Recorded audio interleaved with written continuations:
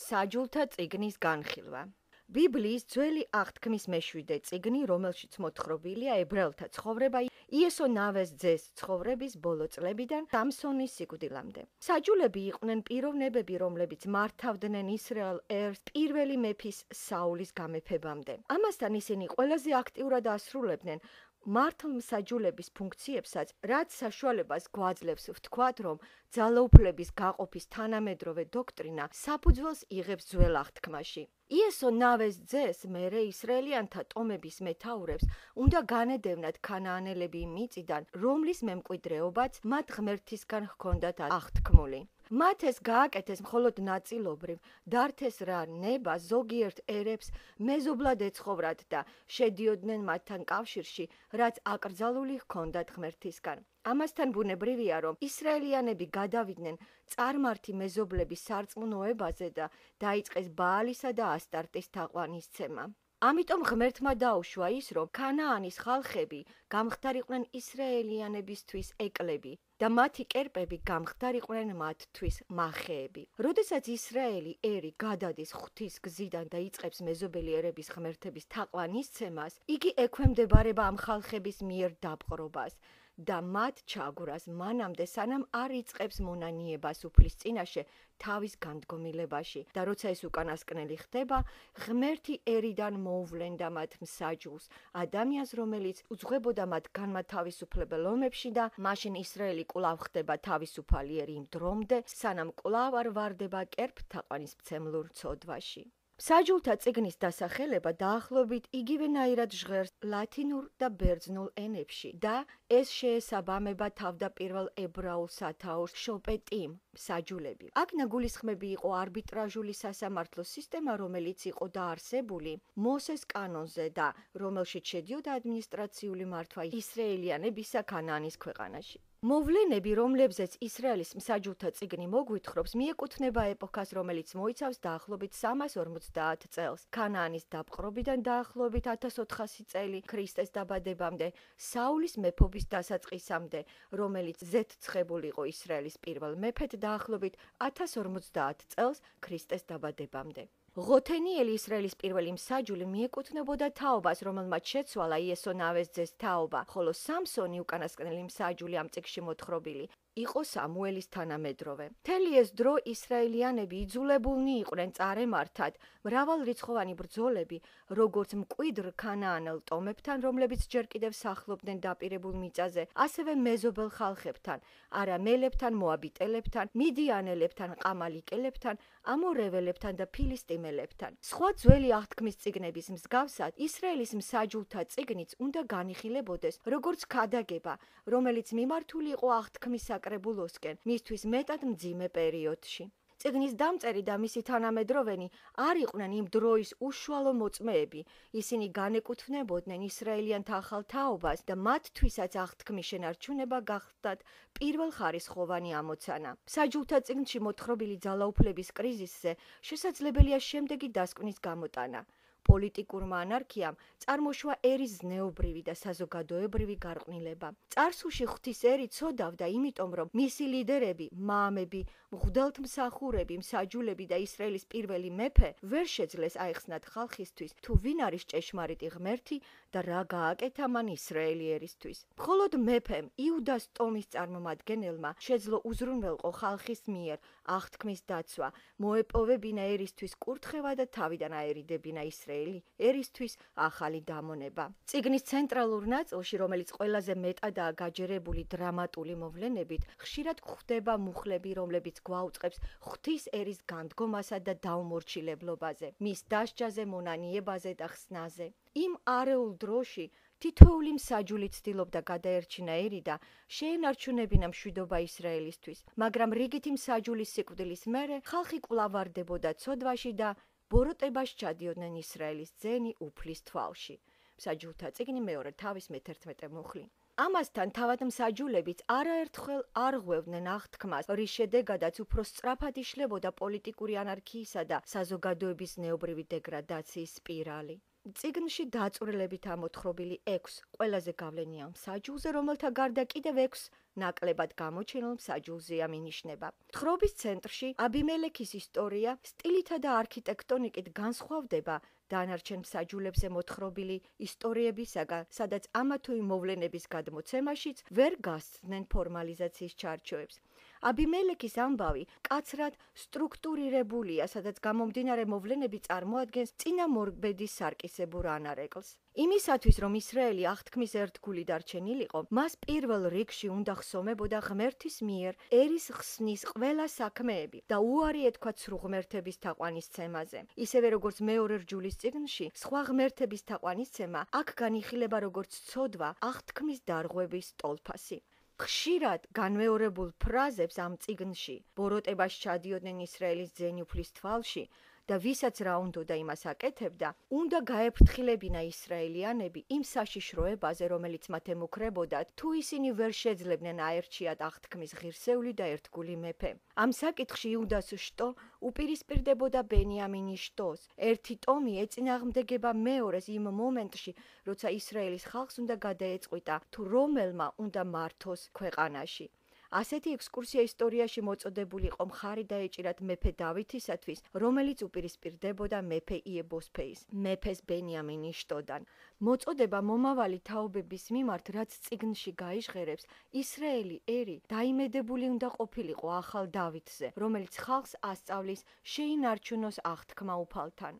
ეს იმედი აუცილებლად უნდა განხორციელებულიყო იესო ქრისტეში, დავითის ძეში. დავითი გახდა ის მეფე, რომელიც დაპირებული იყო თავად ღმერთის მიერ და რომლის მოსვლაზე მთელი ძველი აღთქმა მეტყველებს. იესო ნავეს ძეს სიკვდილის მერე ისრაელიანები აგრძელებდნენ დაპყრობით კამპანიას, რის შედეგადაც მათ მრავალრიცხოვანი ბრძოლები მოიგეს. თუმცა ქანაანის მთელი რიგი ადგილები ჯერ კიდევ არ იყო დაპყრობილი. მაშინ, როდესაც დამპყრობლური მოქმედებების დასაწყის სტადიაში ისრაელიანები მოქმედებდნენ როგორც ერთიანი ძალა იესო ნავეს ძეს მეთაურობით, დამასრულებელი ოპერაციები უკვე ცალკეული ტომების მიერ ხორციელდებოდა. ამ კამპანიის ბოლოს თხრობა სრულდება იმ ქალაქების ჩამონათვალებით, რომლებიც არ იყო განადგურებული და რომლებიც გახდნენ ისრაელიანების მეხარკეები. მსაჯულები არ წარმოადგენდნენ მართლ მსაჯულების ძალაუფლებას, თუმცა თემობრივი ბელადების როლში ისინი შესაძლოა ასრულებდნენ მართლ მსაჯულების ფუნქციებსაც. ისინი გარკვეულწილად წარმოადგენდნენ თავიანთი ტომების ან ტომთა ჯგუფის სამხედრო პოლიტიკურ ლიდერებს, მტრებისაგან და უცხოტომელთა უღლისგან ხსნის საშუალებას. მსაჯულთა მმართველობა დროებითი იყო და არასოდეს არ ვრცელდებოდა ყველა ტომზე. პირველი სიტყვები, რომლებითაც იხსნება მსაჯულთა წიგნი, იესოს სიკვდილის შემდეგ აკავშირებს თხრობას წინამორბედ მეორე რჯულის წიგნთან, რომელიც თავის მხრივ ფორმალურად დაკავშირებული ხუთწიგნეულის წინამორბედ თხრობასთან ანალოგიური ფრაზით იწყება მოსეს უფლის მსახურის სიკვდილის შემდეგ. შესავალი ორ ნაწილად იყოფა: ისრაელიანების მიერ ქანაანის დაპყრობის ისტორიულ-გეოგრაფიული მიმოხილვა და იესო ნავეს ძეს პერიოდის ისტორიულ-თეოლოგიური მიმოხილვა. ის ფაქტი, რომ ისრაელიანებმა არ დაასრულეს ქანაანის დაპყრობა, წარმოდგენილია როგორც ცოდვა და როგორც სასჯელი ღმერთისაგან ისრაელის გამოსაცდელად. რადგან ისრაელმა ვერ გაუძლო ამ გამოცდას, ღმერთმა იგი მტრების ხელში გადასცა, რის შედეგადაც მათ საერთოდ ვერ შეძლეს დაპირებული მიწის დაპყრობა. მსაჯულთა თანამდებობა არ გადაეცემოდათ შთამომავლობით. მსაჯულები მკვეთრად განსხვავდებიან ერთმანეთისაგან თავიანთი წარმოშობით, მდგომარეობით საზოგადოებაში და თავიანთი სულიერი დონით. ასე მაგალითად, დებორა იყო წინასწარმეტყველი, სამსონი ნაზარეველი, ელი მღვდელთმთავარი, ხოლო წინასწარმეტყველი სამუელი ლევიტელი. სხვა მსაჯულები ისე შორს იდგნენ სრულყოფილებისგან, რომ თითქოს მათ არაფერი უქადდა მსაჯულად არჩევას. გედეონი იყო ჩვეულებრივი მიწათმოქმედი, იფთახი კი ხარჭიშვილი. მაგრამ ამათ ყველას ერთმანეთთან აკავშირებდათ საერთო მისია. ღმერთი ირჩევდა ადამიანს, რომელსაც შეეძლო გადარჩენის მისიის შესრულება კონკრეტული თაობისთვის, კონკრეტულ პირობებში და ამასთან არაიდეალური, ლეგენდარული გმირის საშუალებით. თავიანთ მაღალ ღირსებას ისინი იძენდნენ იმ მისიის წყალობით, რაც მათზე ღმერთმა დააწესა და თავად განიცდიდნენ აღმავლობასა და დაცემას, შესაბამისად ერის სულიერი დონისა, მისი აღმავლობისა თუ დაცემისა. ასე რომ ბევრ რამეში შედარებით გვიანი პერიოდის წინასწარმეტყველების მსგავსად, მსაჯულები გამოირჩეოდნენ იმათგან იმით, რომ დროის გარკვეულ პერიოდში ძალაუფლების ყველა უფლებამოსილ მოსილებით იყვნენ ძლევამოსილები. მეფობის დამყარებასთან წარმოიქმნება პოლიტიკურ და სულიერ სფეროებზე საზღვრების დადება. მეფეები იწყებენ მმართველობას, ხოლო წინასწარმეტყველები აუწყებენ მათ უფლის ნებას. ხანდახან ამის გამო შედიან რა მეფეებთან კონფლიქტში, ექვემდებარებიან დევნასაც. საჯულთა პერიოდში ერთი ადამიანი აერთიანებდა მსაჯულს, მმართველს და მთავარსარდალს. ამასთან მოქმედებდა ღმერთის წინასწარმეტყველური სულით სახელმწიფოებრივ ან სულიერ სფეროში მისიის შესრულების დროს. იესო ნავეს ძე სათავეში ჩაუდგა ერს, რომელიც საერთო ძალისხმევით იპყრობდა აღთქმულ მიწას. მოგვიანებით სიტუაცია შეიცვალა. ხალხი შეეჩეხა მკაცრ და ერთმანეთის საწინააღმდეგო სინამდვილეს ქანაანის მიწაზე. უფრო სწორედ ეს რეალობა განსხვავდებოდა ამ ტერიტორიის სხვადასხვა ადგილას. თითოეულ ტომს თავთავიანთი პრობლემები და საშიშროებები ჰქონდათ და თითოეულს უხდებოდა გამოსავალის მოძებნა არსებული მდგომარეობიდან. ამას კიდევ უფრო მიყავდა ისინი განცალკევებისაკენ და ერთმანეთისაგან გათიშულობისაკენ. ასე მაგალითად იარდენი თავისთავად გახდა საზღვარი ისრაელის ტომების გადის, რეუბენისა და მენაშეს ნახევარი ტომის დასახლებებს შორის. ისინი ებრძოდნენ სხვა ტომებს, ცხოვრობდნენ სხვა ხალხებთან მეზობლობაში და გარკვეულწილად მათი გავლენის ქვეშ ექცეოდნენ. შემთხვევითი არაა, რომ იფთახის მსხვერპლი გვახსენებს მოაბელთა მეფის მსხვერპლს. მესამე მეფეთა თავი 27. ასე და ამდაგვარად მათი მონდომება შეგუებოდნენ ცხოვრების ახალ პირობებს, გამოცდის წინაშე აყენებდა ისრაელი ერის ერთიანობას. თითოეული ტომი ცხოვრობდა თავიანთ სამკვიდროში და დამოუკიდებლად იცავდა თავს. ვიღაცა იმარჯვებდა, ვიღაცა მარცხდებოდა. ერთნი ითვისებდნენ ქანაანელთა ადათ-წესებს, მაგალითად აბიმელექი და შექემის მცხოვრებლები. მეორენი იჩენდნენ სიმტკიცეს. ერთნი ირჩევდნენ ამონისა და მოაბის გზას, მაგალითად იფთახი. მეორენი ინარჩუნებდნენ ერთგულებას მამაპაპის სეულის სამკვიდროს მიმართ, მაგალითად დებორა და გედეონი. ამასთან აშკარა იყო გათიშულობა ტომებს შორის. ადვილი არ იყო დაგერწმუნებინა ისრაელი ერის ერთი ტომი ჩაბმოდა იმ ბრძოლაში, რომელიც უშუალოდ მათ არ ეხებოდათ და ამასთან მათ სიცოცხლეს და ქონებას, რომელიც მძიმე შრომით იყო მოპოვებული, საფრთხე ემუქრებოდა. თუ იესო ნავეს ძეს პერიოდში საერთო ძალებით ხორციელდებოდა თავდასხმა, საჯულთა დროს აუცილებლობას მოითხოვდა უკვე დაპყრობილი შენარჩუნება და სამხედრო და სულიერი თავდასხმების აცილება. საჯულთა წიგნის პირველი ნაწილიდან გამომდინარეობს, რომ ტომების უმრავლესობამ უგულებელყო ისრაელის აღთქმული მიწის დაპყრობის აღთქმა. დაამყარეს კავშირი ქანაანელებთან, გახადეს რა მათი ნაწილი მოხარკეებად, მაგრამ არ განდევნეს ისინი თავიანთი მიწიდან. და არა იმიტომ, რომ არ შეეძლოთ, არამედ იმიტომ, რომ არ მოინდომეს, არ მიისწრაფოდნენ ამისკენ. უგულებელყვეს რა აღთქმის შესრულება, არ მიაქციეს ყურადღება ამასთან დაკავშირებულ გაფრთხილებას. რიცხვთა წიგნის 33 თავის 53-დან 55 მუხლებში ვკითხულობთ და დაეუფლეთ ქვეყანას და იცხოვრეთ მასში, რადგან თქვენ მოგეცით ეს ქვეყანა, რათა დაიმკვიდროთ იგი და დაიმკვიდრეთ ქვეყანა წილის ყრით თქვენი საგვარეულოების მიხედვით და თუ არ განდევნით იმ ქვეყნის მცხოვრებთ თქვენგან, მაშინ რომელთაც მათგან დატოვებთ, ეკლად გექცევიან თქვენს თვალებში და ნარად თქვენს ფერდებში და შეგავიწროვებენ თქვენ იმ ქვეყანაში, სადაც იცხოვრებთ. ჭეშმარიტების დავიწყება მიიყვანა ისინი ტრაგედიამდე, რომლითაც თავდება წიგნის პირველი ნაწილი. მეორე ნაწილი წარმოადგენს წიგნის კარკასს და მოიცავს ისრაელი ერის მიერ მრავალჯერ გადახვევას ჭეშმარიტი ცოცხალი ღმერთის რწმენისაგან, მეზობელი ტომების მიერ მათი ჩაგვრის ისტორიას, მონანიებას და ღმერთის მიერ წარგზავნილ მსაჯულთა საშუალებით მათი მჩაგვრელებისაგან ხსნის ისტორიას და გარდა ამისა, თავად ამ მსაჯულთა ცხოვრებისა და მოღვაწეობის ისტორიას. იგი მოიცავს პერიოდს იესო ნავეს ძეს უკანასკნელი დღეებიდან სამსონის სიკვდილამდე და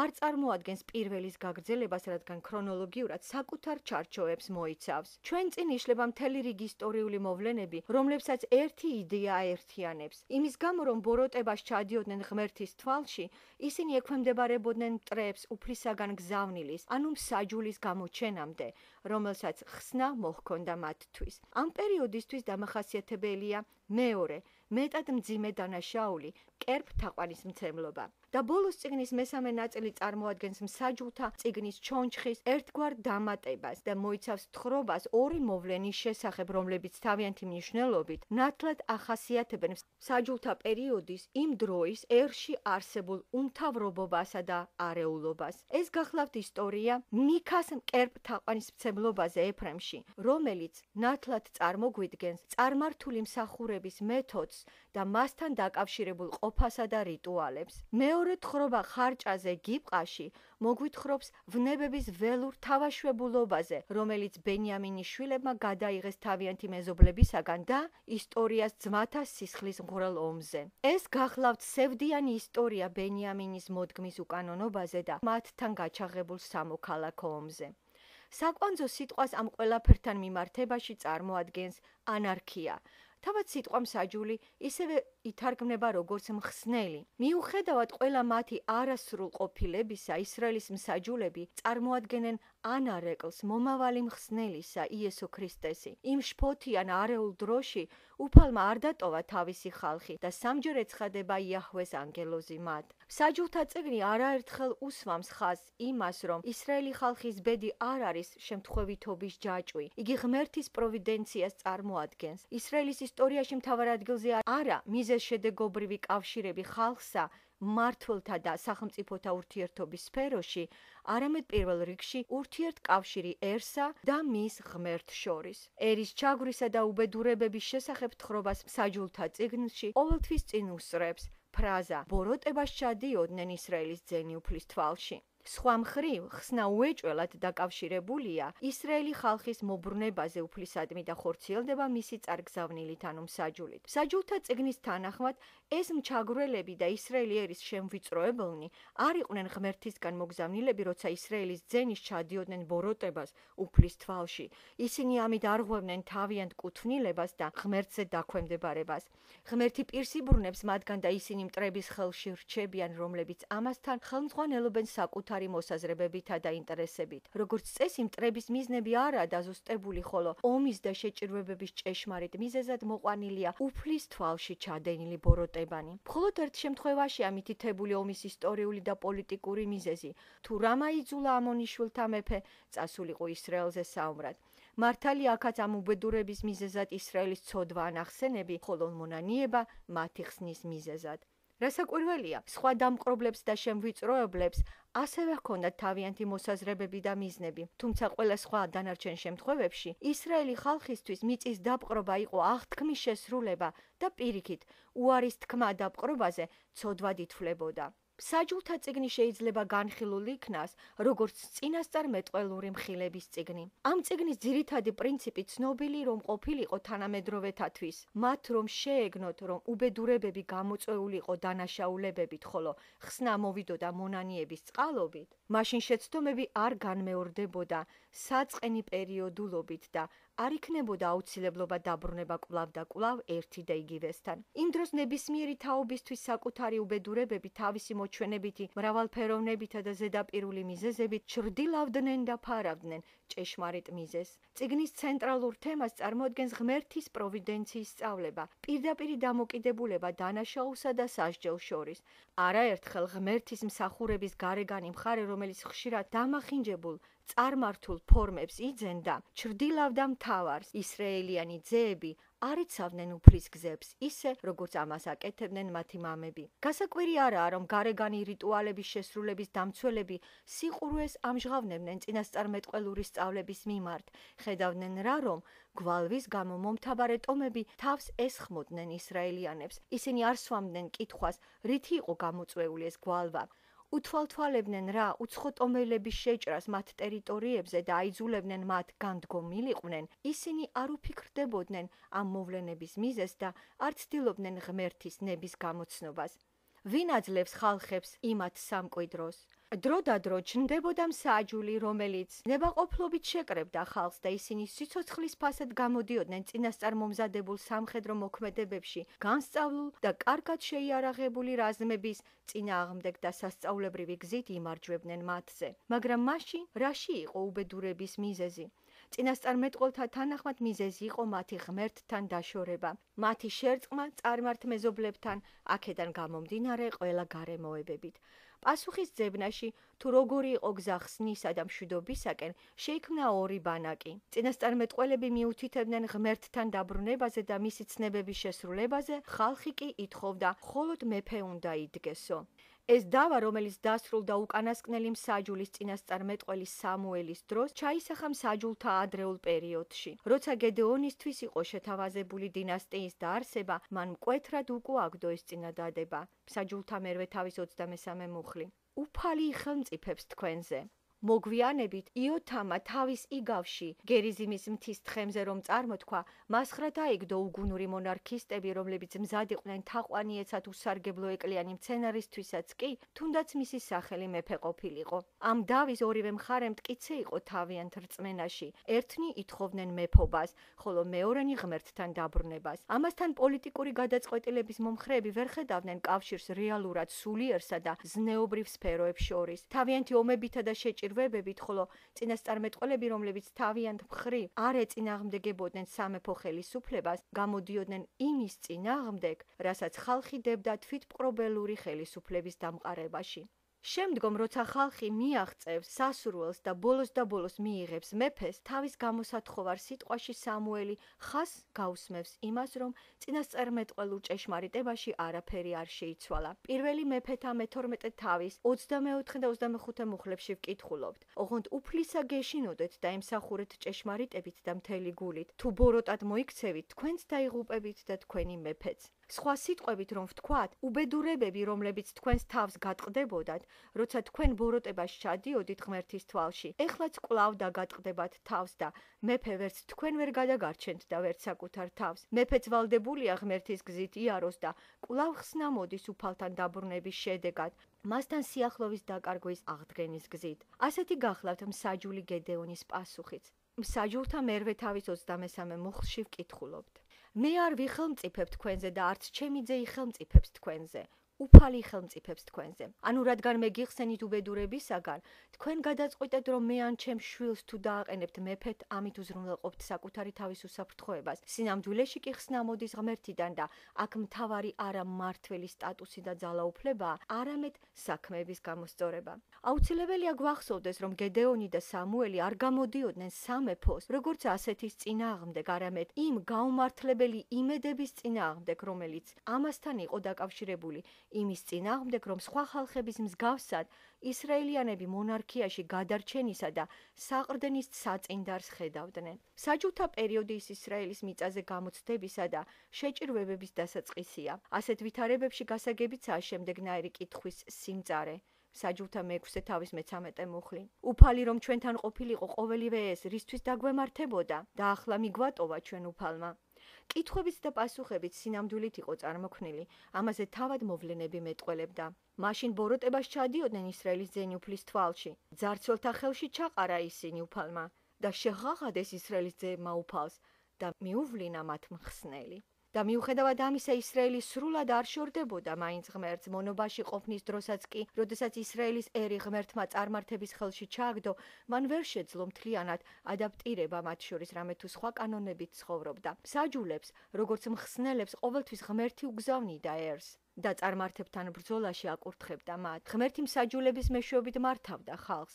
ისრაელიანების განმათავისუფლებელი ომები პრინციპიალურად გამოირჩევა წარმართთა ომებისაგან, რამე თუ ეს იყო ღმერთის ომები და ღმერთის გამარჯვებები. საჯულთა წიგნში ისრაელი ხალხი წარმოგვიდგება ერად, რომელიც ღმერთთან შევიდა აღთქმაში. საჯულთა წიგნი შეიძლება წარმოდგენილი იქნას როგორც შესანიშნავი ილუსტრაცია პირველი მცნებისა. აგრეთვე გვიჩვენებს, რომ ისრაელი თავისი ღმერთის მიმართ დაუმორჩილებლობაში არა ღვთიურ, არამედ თავის საკუთარ არჩეულ გზებს მისდევდა. წიგნის კანონიკური ღირსება არანაირ ეჭვს არ იწვევს, არც იუდეურ და არც ქრისტიანულ გარემოში. იგი მოთავსებულია ძველი აღთქმის ყველა კანონიკური წიგნების ჩამონათვალსა და თარგმანებში. იესო ნავესძეს წიგნში ნაჩვენებია თუ რა ძალა გამოავლინა ღმერთმა თავისი ერისთვის ბრძოლებში იმ მიღებული ზომებისაგან განსხვავებით, რომლებიც გამოყენებული იყო დაპყრობილი მიწების საკუთრებაში აღების დროს. რამე თუ ეს არაა ერთი და იგივე და ამასთან არსებობს საზღვარი, რომელიც ამ წიგნს ყოფს ორ ნაწილად. პირველში მოთხრობილია იმ მოქმედ დარტყმაზე, რომელიც მტერზე იქნა მიყენებული და მეორეში იმ ზომების მიღებაზე, რომელთაც ისრაელიანებმა მიმართეს მოპოვებული წარმატებების შედეგად, რათა შესულიყვნენ თავიანთი მემკვიდრეობის დაპატრონებაში. საჯულთა წიგნი წარმოადგენს მკვეთრ კონტრასტს წინამორბედ წიგნთან შედარებით, რამე თუ გვაძლევს ჩვენ გაკვეთილს, რომელიც უნდა მიიღოს პირველმა ადამიანმა. მასში ჩვენ გვმართებს დავინახოთ ის, რომ ღვთის ხალხმა ვერ შეძლო შეენარჩუნებინათ ის, რაც მათ ნამდვილად დაიპყრეს და გარდა ამისა დაიჩქარებინათ მოეპოვებინათ ის მემკვიდრეობა, რაც ღმერთმა მათ აღუთქვა. ორივე შემთხვევაში ჩვენ ვიღებთ იმას, რაც ნათლად პასუხობს ერთის მხრივ იმ კურთხევას, რომელშიც ღმერთმა შეიყვანა ქრისტიანები და მეორეს მხრივ იმ საშუალებებს, რომლებიც გამოიგონა მტერმა, რათა წაერთმია მათთვის სამართლიანი წილი უფალში. უსათუოდ ეს გახლავთ დამამცირებელი გაკვეთილი, მაგრამ რა დიდებულია, რომ ღმერთმა თავის სიტყვაში წარმოგვიდგინა ეს ჩვენ. არსებითად თუ არსებობს გარკვეული მატერიალური ხედვა ადამიანზე, იგივე სახით არსებობს მნიშვნელოვანი ჭეშმარიტება, თუ მიაპყრობთ თვალებს ღმერთს. რასაკვირველია, ვერ ვიტყვით, რომ ეს ერთიანად იყო განვითარებული მაშინ და ეხლა. რამე თუ ეჭველია, ჯერ არ დამდგარა დრო, რომ მთლიანად გაიხსნას ყველაფერი, რაც ღმერთიდან მოდის, როგორც არ მოვიდა ჯერ კიდევ ის დრო, რომ ადამიანმა გამოავლინოს მთელი თავისი მტრული, ზიზღიანი და გამოუსწორებელი მიწიერება, რაც შეიძლება ყოფილიყო მანამდე, სანამ შეიმეცნეს იესო ქრისტე. და ეხლა, როცა მადლი და ჭეშმარიტება ჩვენ გაგვეხსნა სრულყოფილად იესოში, მისი მარადიულობა არ შეიძლება რომ არ გვამაგრებდეს სიყვარულში და არ ახდენდეს გავლენას სინდისზე, რაც აკავშირებს ყველაფერს სიკეთეს იმასთან, ვიც მოგვევლინა დედამიწაზე, რათა შეასრულოს ღმერთის ნება და მოაბრუნოს ადამიანები ღმერთისაკენ. აი რატომ არ მალავს იგი არაფერი იმას, რაც ჩვენთვის სასარგებლოა და მიუთითებს ჩვენთვის ჩასაფრებულ საშიშროებაზე.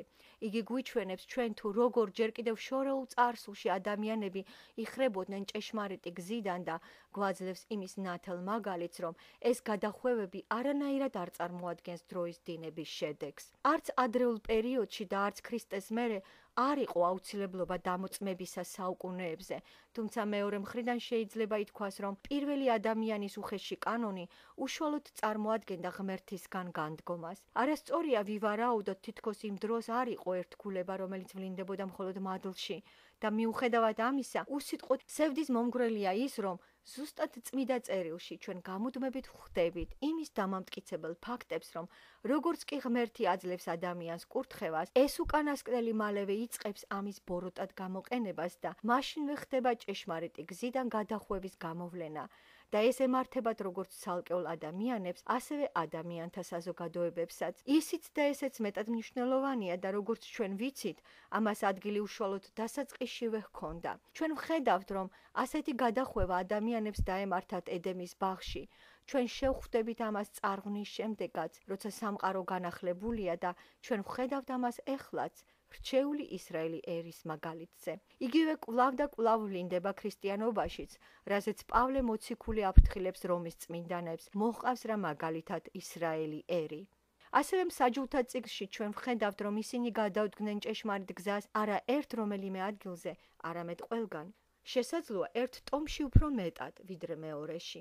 მაგალითად, დანის ტომში ეს გადახრა უსათუოდ უფრო მეტი იყო, ვიდრე იუდას ტომში, მაგრამ ის, რომ იუდამ თავის მხრიდან ვერ შეძლო ასულიყო ღმერთის დიდების სამართლიან მოწოდებამდე, ნათელია ამ ტომის დაპირებულ მიწაზე ყოფნის დასაწყისშივე. ყველაფერი ეს მეტად მნიშვნელოვანია, რამე თუ იხსნება ის სირთულეები, რომელსაც გრძნობს ნებისმიერი, ვინც კი ოდნავ მაინც სწუხს ღმერთის საკრებულოზე. ახალ აღთქმაში საკრებულო, როგორც ჩვენ ვხედავთ, შექმნილია მადლის სრულყოფილებაში, გამოსყიდვის გზით, რაც ქრისტეს უკავშირდება. ეს არ ნიშნავს უბრალოდ იმას, რომ საკრებულოს ისტორიაში, რომელიც დაწერა ადამიანმა, ჩვენ ვხედავთ განდგომილებას და პირველ რიგში ნათელია ის, რომ სული წმიდა ეუბნება ეკლესიებს, იმათ ვისაც აქვთ თვალები რომ იხილონ და ყურები რომ ისმინონ. მაგრამ კეთილის მყოფელი, გაკვეთილი, მდგომარეობს იმაში, რომ გულუბრყვილო ღვთის შვილი ამას ყველაფერს აღწევს ღვთის სიტყვაში, ასე რომ არ საჭიროებს იმას, რომ ღვთის საკრებულომ მიუთითოს მას მნიშვნელოვან მოვლენებზე.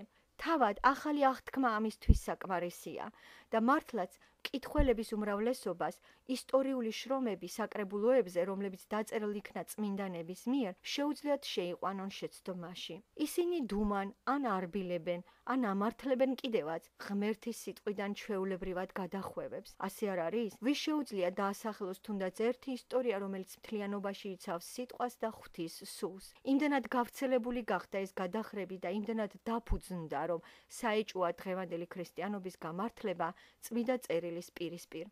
ყველაზე აშკარა მღვდელმთავრების ძალაუფლების მაამებლებმა ისინი, ვინც მიეყიდა საეკლესიო ამბიციებს, ვერ შეძლეს შეენიღბათ თავიანთი ბილწი უსამართლობები, რომლებშიც უკვე დიდი ხანია ჩაფლობილია ის, რასაც ეძახიან ღვთის საკრებულოს. მაგრამ რა დიდებული მადლია, რომ ყველაზე გულწრფელ და გულუბრყვილო ღვთის შვილს შეუძლია ამოკრიფოს ბიბლიიდან არა მარტო სულიერი სარგებელი, რომელსაც იძლევიან ღმერთის ყველა გზები და არა მარტო ღვთიური სახმართველობის მთელი ჭეშმარიტება, რასაც ადრე ჰქონდა ადგილი, არამედ ძალიან ბევრი რამის გაგება შეუძლია საკუთარ თავზეც. ერთის მხრივ, ასეთ ადამიანს მხოლოდ ბიბლიიდან შეუძლია გაიგოს, რა მდგომარეობა უკავია მას დედამიწაზე და როგორია მისი პრივილეგიები, აგრეთვე რაში მდგომარეობს მისი ვალი, თავისი ცოდვადაცემის ისტორიასაც კი იგი ვერსად ვერ შეიმეცნებს ისე ნათლად, უბრალოდ და მართლად, როგორც ამაზე აუწყებს მას სრულყოფილი ღმერთის სიტყვა. და შემდგომ რამე თუ ყველგან გარდა წმიდა წერილისა ჭარბობს უსამართლობა, რასაც მიუყავართ სინდისის დაჩლუნგებისაკენ, თუ არ გვარიგებს კიდევ უსამართლობასთან და ამით ამტკიცებს თითქოს და არც იყოს არანაირი იმედი იმ ღმერთისთვის სასურველი გზის პოვნისა, ყველგან არსებულ აყვავებულ უსამართლობას შორის. საუბრობთ რა ძველ აღთქმაზე, ან ახალ აღთქმაზე, ღვთის სიტყვა არასოდეს არ საზღვრავს ასეთ გზას და არც კი ცვლის მას ყველაზე სუსტებისთვისაც კი. და მნიშვნელოვანია დავინახოთ, რომ სისუსტე კი არ უწყობს ხელს შეცდომაში შეყვანას, არამედ თავად წმიდა წერილის დამახინჯება ხდება ზუსტად ურწმუნოების ხრიკებით და ურწმუნო ადამიანის სურვილით გაამართლოს საკუთარი თვითნებობა. უეჭველია არ არსებობს არაფერი ისეთი ბიბლიის ზედაპირზე, რომ მას არ ჩაებღაუჭოს ადამიანური თვითნებობა. ასეთი უსაზღვრო გახლავთ მისი უმართებულო გამომგონებლობა. მაგრამ თუ ღვთის სიტყვას კითხულობს ადამიანი კეთილის სინდისის მქონე, ეს სულ სხვა საქმეა. მაშინ მას ესმის და ცნობს კეთილი მწყემსის ხმა. არ შეიძლება იმის თქმა, რომ რომელიმე შემთხვევაში ღმერთისათვის შეუძლებელია ჭეშმარიტების თქმა. პირიქით, მას ეს ნებისმიერ შემთხვევაში ეხერხება, მაგრამ იგი საშუალებას აძლევს მათ იგრძნონ ჭეშმარიტება, ვისაც სინდისი ამის ნებას რთავს. უსათუოდ, ეს გახლავთ მსაჯულთა წიგნის დიდებული დარიგება და ღმერთის წყალობით ეს არ არის ის ერთადერთი, რასაც მოცემული წიგნი იძლევა. იგი მიგვითითებს ჩვენ ისრაელიერის ტომთა დაცემაზე და ღმერთის მიზნიდან გადახვევაზე, რომლითაც მან ისინი ქანაანის მიწაზე შეიყვანა. მიზნისა, რომელიც საბოლოო ჯამში შესრულდება, როგორც ჩვენ გვახსოვს. ღმერთის ნებისმიერი მიზანი საბოლოოდ სრულდება, მაშინ, როდესაც ნებისმიერი მიზანი ადამიანის ხელში ადრე თუ გვიან მარცხით მთავრდება. ეს გახლავთ ორი ყველაზე მნიშვნელოვანი გაკვეთილი, რომელსაც ღვთის წერილი იძლევა და მიზეზი მდგომარეობს სწორედ იმაში, რომ ყველა ღვთისმიერი მიზნები მდგრადი და წარმატებულია, რადგან დაკავშირებულია მეორე ადამიანთან, ხოლო ნებისმიერი მიზანი დასახული პირველი ადამიანით მთავრდება კრახით. სწორედ პირველ ადამიანზე ვკითხულობთ ჩვენ აქ, მაგრამ ამავე დროს ჩვენ ვხედავთ მოწყალე ღმერთის ძალის მოწმობას, რომელიც ვლინდება ამჟამად არა დამპყრობლურ მოქმედებებში, არამედ დროთა განმავლობაში მომავალ გამხნევებასა და ნაწილობრივ ხსნაში. ღმერთი არ ვარაუდობდა არაფერს გარდა ნაწილობრივი ჩარევის ადამიანთა ცხოვრებაში მათი პირველი ცოდვადაცემიდან იესოს მოსვლამდე. მხოლოდ ამ დროს მიაღწევს განთავისუფლება სისრულეს.